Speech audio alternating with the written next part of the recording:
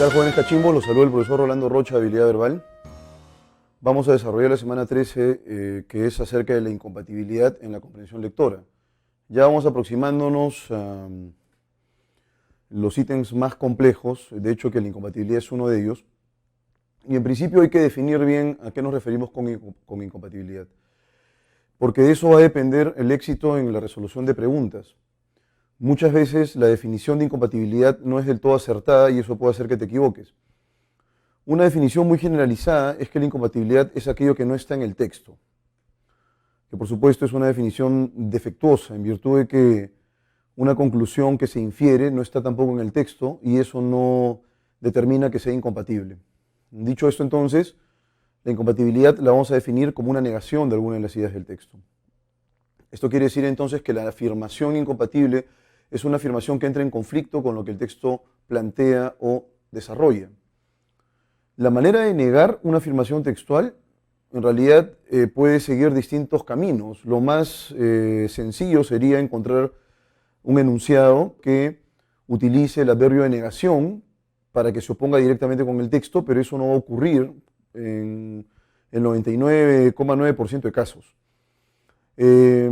Porque eso sería muy obvio, muy sencillo y en realidad no ofrecería ningún tipo de dificultad al alumno. La incompatibilidad entonces supone una negación, pero es una negación no directa, ¿no? Es una negación probablemente a través de un vocablo o a través de la reformulación de toda una idea, que hace posible que nosotros podamos determinar que en efecto la idea confronta con el desarrollo textual. Dicho esto, entonces, pensamos en la incompatibilidad en los siguientes términos. Voy a leer la definición que está planteada aquí en su cuadernillo. Dice, dos ideas son compatibles en la medida en que no se contradigan. Dos ideas son compatibles en la medida en que no se contradigan. Probablemente podría yo, de forma directa, eliminar la negación y decir, dos ideas son compatibles en la medida en que se contradigan. Bueno, eso es muy obvio. Y efectivamente sería pues una negación directa, una idea que tensiona en cuanto al contenido con el desarrollo del texto. Pero hay que ver bien cuáles son las vías. La incompatibilidad, bien es cierto, supone una negación de alguna de las ideas del texto, puede ser la idea principal, las ideas secundarias, las ideas terciarias, puede ser en realidad cualquier tipo de idea, no hay una jerarquía propiamente. Lo que sí es cierto es que la negación fuerte o la incompatibilidad fuerte va a ocurrir cuando niegue la idea principal. Y por otro lado, no necesariamente lo que se va a negar es una idea textual. Y con esto quiero decir que nosotros reconocemos parcelas informativas en el texto, pero también podemos negar una idea que se desprenda del texto. Es decir, yo infiero A no está explícito en el texto, y niego A. Eso también puede ocurrir, y de hecho por esta razón la incompatibilidad es una pregunta compleja.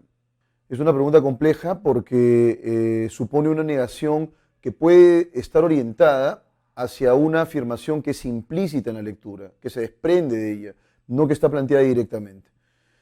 Entonces vamos a resolver algunas actividades al respecto, ¿sí? Algunas actividades que van a colocarnos en principio dentro de la óptica de quienes elaboran preguntas de incompatibilidad y que posteriormente podríamos nosotros utilizar como una herramienta para poder determinar con un éxito rotundo la resolución de este tipo de preguntas. Entonces partimos de la definición de que la incompatibilidad es una negación de alguna de las ideas del texto, que puede ser la idea principal, las ideas secundarias o terciarias, y sobre la base de eso entonces vamos a empezar a resolver las actividades.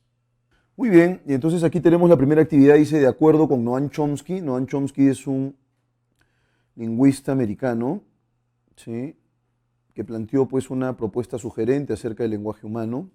Noam Chomsky es quien dio origen, ya de manera formal, ¿no? Si bien es cierto, siempre hay antecedentes en una propuesta novedosa, es el que le da forma a la teoría generativa del lenguaje, es decir, a la propuesta que plantea que el lenguaje no es sino una facultad innata, privativa del hombre.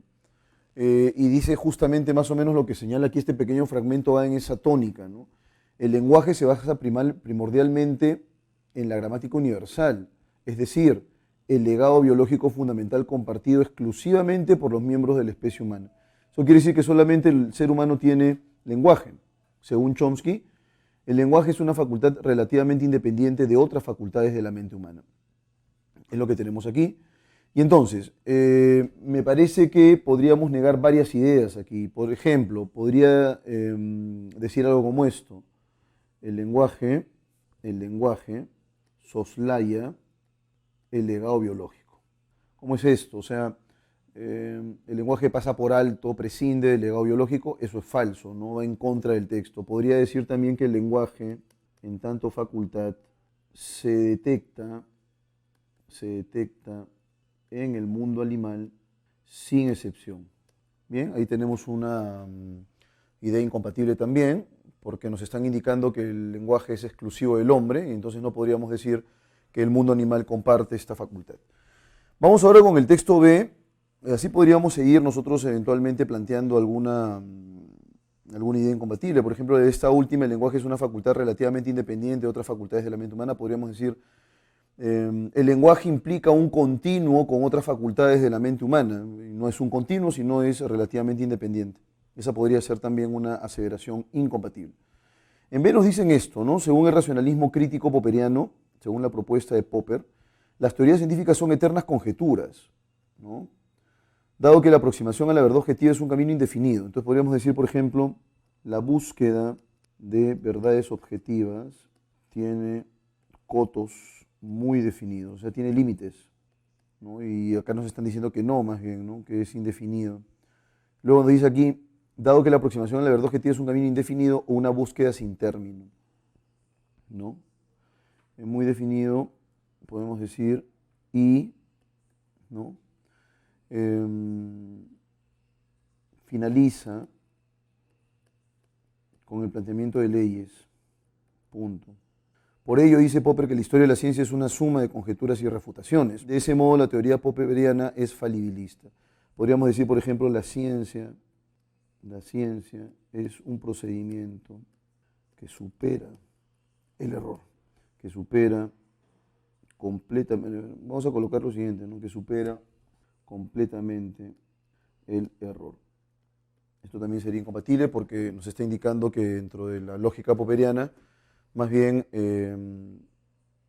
la teoría popperiana supone que la ciencia es falibilista, ¿no? O sea, es posible que todo conocimiento científico, todo marco de conocimiento científico sea perfectible, y por perfectible me refiero a que pueda mejorarse.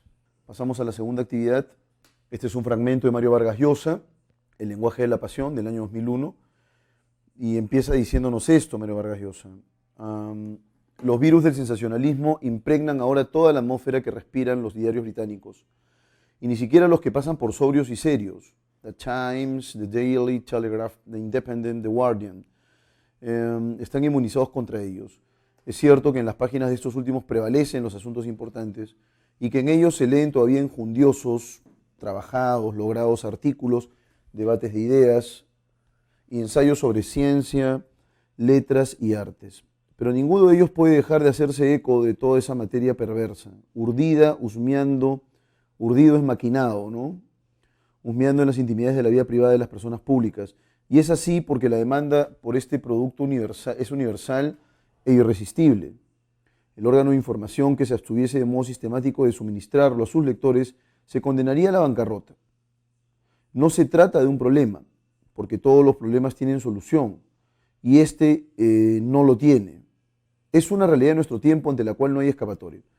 En teoría, la justicia debería fijar los límites pasados, los cuales una información deja de ser de interés público y transgrede los derechos a la privacidad de los ciudadanos. Por ejemplo, los actores Tom Cruise y Nicole Kidman acaban de ganar un juicio contra un tabloide londinense en el que un imaginativo cacógrafo les atribuyó una historia totalmente infundada, pero eso sí, llena de sexo retorcido. Un juicio así solo está al alcance de estrellas y millonarios. Ningún ciudadano de a pie puede arriesgarse a un proceso que, además de asfixiarlo en un piélago litigioso, en caso de perder le costaría muchos miles de libras esterlinas. Y por otra parte, los jueces con un criterio muy respetable se resisten a dar sentencias que parezcan restringir o abolir la indispensable libertad de expresión e información, garantía de la democracia. El periodismo escandaloso, amarillo, es un perverso hijastro de la cultura de la libertad. No se lo puede suprimir sin infligir a esta una herida acaso mortal. Como el remedio sería peor que la enfermedad, hay que soportarlo. como soportan ciertos tumores sus víctimas, porque saben que si trataran de extirparlos, podrían perder la vida. No hemos llegado a esta situación por las maquinaciones tenebrosas de unos propietarios de periódicos ávidos de ganar dinero, que explotan las bajas pasiones de la gente con total irresponsabilidad. Esta es la consecuencia, no la causa. La raíz del fenómeno está en la banalización lúdica de la cultura imperante, en la que el valor supremo es ahora divertirse, entretenerse por encima de toda otra forma de conocimiento que hacer. La gente abre un periódico, va al cine, enciende la televisión o compra un libro, para pasarla bien, en el sentido más ligero de la palabra, no para martirizarse el cerebro con preocupaciones, problemas, dudas. No, solo para distraerse, olvidarse de las cosas serias, profundas, inquietantes y difíciles, y abandonarse en un devaneo ligero, amable, superficial, alegre y sanamente estúpido. ¿Y hay algo más divertido que espiar la intimidad del prójimo, sorprender al vecino en calzoncillos, averiguar los descarríos de fulana, comprobar el chapoteo en el lodo de quienes pasaban por respetables y modélicos? La prensa sensacionalista no corrompe al país, no corrompe a nadie, nace corrompida, vástago de una cultura que en vez de rechazar las groseras intromisiones en la vida privada de las gentes, les reclama, porque ese pasatiempo, olfatear la mugre ajena, hace más llevadera la jornada del puntual empleado, del aburrido profesional y de la cansada ama de casa. Muy bien, vamos con la resolución de esta segunda actividad. Bien, primera pregunta. ¿Resultaría incompatible aseverar que el autor o al autor le interesa propugnar? La palabra propugnar es sinónimo de defender. No se olviden, por favor, de la palabra impugnar. La palabra impugnar, sinónimo de contradecir, refutar. Entonces, al autor le interesa propugnar la cultura de la libertad que hay en Inglaterra, cierto. La banalización lúdica de la cultura imperante, el rigor periodístico en los temas de investigación, los modelos más intachables de la alta sociedad, ¿no? ¿Qué le interesa propugnar a él? La banalización lúdica de la cultura imperante, eso es cierto, lo que hay es una trivialización de contenidos. El rigor periodístico en los temas de investigación, eso sería incompatible, porque, al autor le interesa defender el rigor periodístico en los temas de investigación, eso es cierto, ¿no? La cultura de la libertad que hay en Inglaterra no le intenta defender, él más bien habla acerca de cómo podríamos nosotros reconocer en ciertos tabloides que tienen cierto nivel, cómo a pesar de que tienen cierto nivel pueden incluir contenidos que son más bien triviales, ¿no? Entonces lo que él defiende es un rigor periodístico en los temas que se abordan. Cabe deducir que la escritura de un cacógrafo es incompatible con el sarcasmo, la hipercrítica, la frivolidad, es el buen estilo porque escribe mal, ¿no? Eso se refiere con cacógrafo. Sería incompatible sostener que un tabloide sensacionalista hurga en la vida privada de las personas por un interés. O sea, la persona que hurga en la vida de una persona, en su vida privada, es porque quiere obtener algún tipo de rédito, es altamente probable, ¿no? Entonces, busca por una finalidad económica, ¿sí? ¿Qué más podría ser? ¿Qué más podría ser? Creo que los tabloides que son sensacionalistas buscan la vida privada de las personas por un interés económico, ¿no? Quieren ganar dinero y lamentablemente la chismografía es lo que manda aquí. La clave correcta sería la C. Entonces vamos con la 4. No se condice con el texto afirmar o señalar que en la óptica del autor la prensa amarilla se puede ver como un mal necesario, implica un ejercicio de la libertad. Resulta algo que debe prohibirse, eso es falso. El autor señala que no se puede prohibir porque eso implicaría atentar contra el Estado de Derecho y los derechos individuales y específicamente nuestro derecho a hablar, ¿no?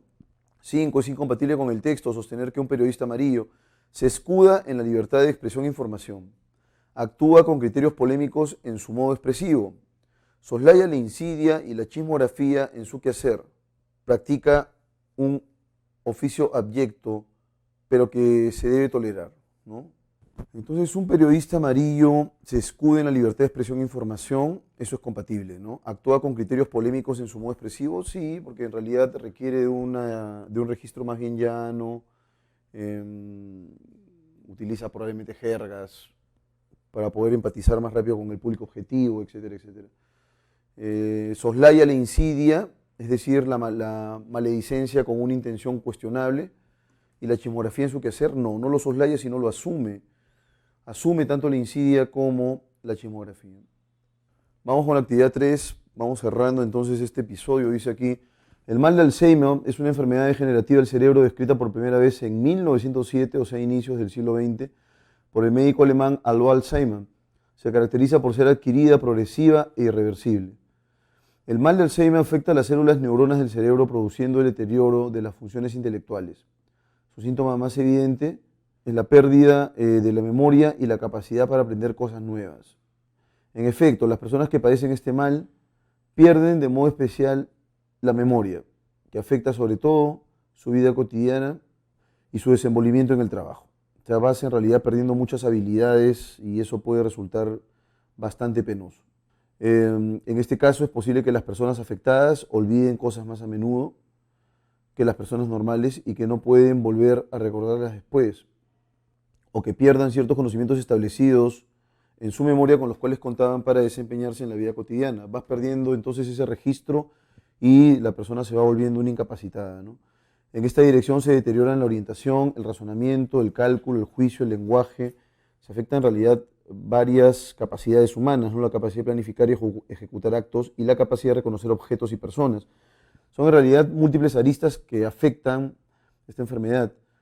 Luego dice así, la dificultad para realizar tareas conocidas es otro de los síntomas asociados a la pérdida de la memoria, ¿no? Por ejemplo, personas con este mal podrían preparar una comida y no solamente olvidarse de servirla, sino de que ellos mismos la prepararon o perderse.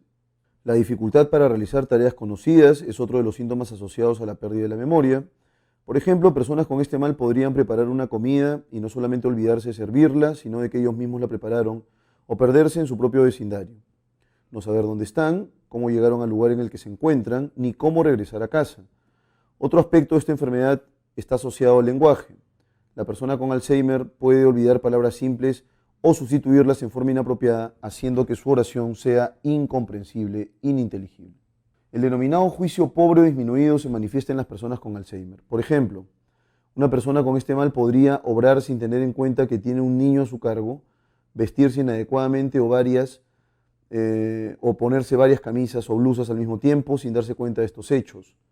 La dificultad en el pensamiento abstracto se manifiesta en estos pacientes en el hecho de que pueden dejar de relacionarse con el significado de los números y de lo que se debe hacer con ellos para conseguir un resultado. Como consecuencia de ello, no pueden ser responsables del manejo del dinero. La disociación de los elementos del entorno con el espacio se manifiesta cuando los afectados ponen cosas en sus lugares inapropiados. Por ejemplo, una plancha en la refrigeradora, una cacerola recién lavada en el baño o un reloj de pulsera en la azucarera, ¿no? Pierden, te decía yo, plena conexión con la realidad y es por eso que actúan así en consecuencia. Y luego dice acá, a este mal se asocian también cambios de personalidad, o sea, la forma de ser habitual va variando. Trastornos emocionales, depresión, ansiedad, ideas falsas y alucinaciones. Y alteraciones del comportamiento, es decir, puede presentar cambios rápidos de humor, desde calma, pasando por la tristeza hasta la ira, sin ninguna razón aparente. Por ello, toda depresión que se presenta por primera vez en edad avanzada urge ser evaluada. Con el tiempo, el portador del mal de Alzheimer tiene dificultades para desenvolverse adecuadamente en el área personal, social y familiar. Muy bien. Vamos entonces ahora con la primera pregunta de la sección A de este texto de opción múltiple. Resulta incompatible con el texto decir que la enfermedad de Alzheimer, muy bien, A, afecta la conducta verbal del paciente. Eso es cierto. Puede generar un discurso enredado, ¿no? Tiene una cura si se diagnostica a tiempo. El Alzheimer no se puede curar. Probablemente puede haber algún tratamiento, pero curación no. Genera problemas en asuntos laborales. Eso también es completamente cierto. Puede ocasionar una gravísima depresión. Muy bien, volvemos a lo mismo. Es cierto. Vamos con las siguientes preguntas entonces. Respecto a la enfermedad de Alzheimer, es incompatible asegurar que puede generar problemas serios de cálculo, implica una capacidad disminuida de juicio, disocia los elementos de su entorno inmediato, mantiene intacto el razonamiento abstracto. Bueno, ahí directamente la clave es la D, ¿no? No puede mantener la abstracción porque el enfermo de Alzheimer no puede abstraer. Entonces la clave es dedo. Resulta incompatible con el texto decir que el paciente con avanzado Alzheimer puede realizar operaciones financieras sin problemas. Eso es falso, ¿no? ¿Cómo podría realizar operaciones financieras? Queda completamente incapacitado, ¿no? No puede realizar nada en rigor. Eh, y pierde la conexión con la realidad, es un problema realmente acuciante. Si visitáramos a un paciente con Alzheimer es incompatible con el texto pretender que nos reconocerá sin ningún tipo de problema, hablaremos con él con muchas dificultades, nos va a afectar el carácter de su enfermedad, puede haber sufrido una fractura en huesos. Entonces, ¿es incompatible? ¿Nos reconocerá sin ningún tipo de evidencia? No. Eh, Eso no sería incompatible, ¿no? O perdón, la clave correcta es la A. Nos reconocerá sin ningún tipo de problema, porque al tener deteriorada la capacidad para poder recordar, en más de una oportunidad el enfermo de Alzheimer te va a decir quién es él, ¿no? ¿Quién es él? Y si es una persona muy querida, eso por supuesto que va a traer consigo algún tipo de bajón emocional, ¿no? Es posible. Luego dice aquí lo siguiente. Con respecto al lenguaje empleado por un paciente de Alzheimer, es incompatible aseverar que puede expresar ciertas discordancias, eso es cierto, en la estructura gramatical. Su discurso se puede considerar como un verdadero galimatías, un enredo de palabras sin sentido. Implicará siempre un perfecto ajuste entre los adjetivos y sustantivos. Esa sería la clave incompatible, porque un perfecto ajuste sería pues que la frase nominal mantenga digamos, la correspondencia de género y de número. Eso no va a pasar con el enfermo de Alzheimer. Entonces la clave correcta sería casa.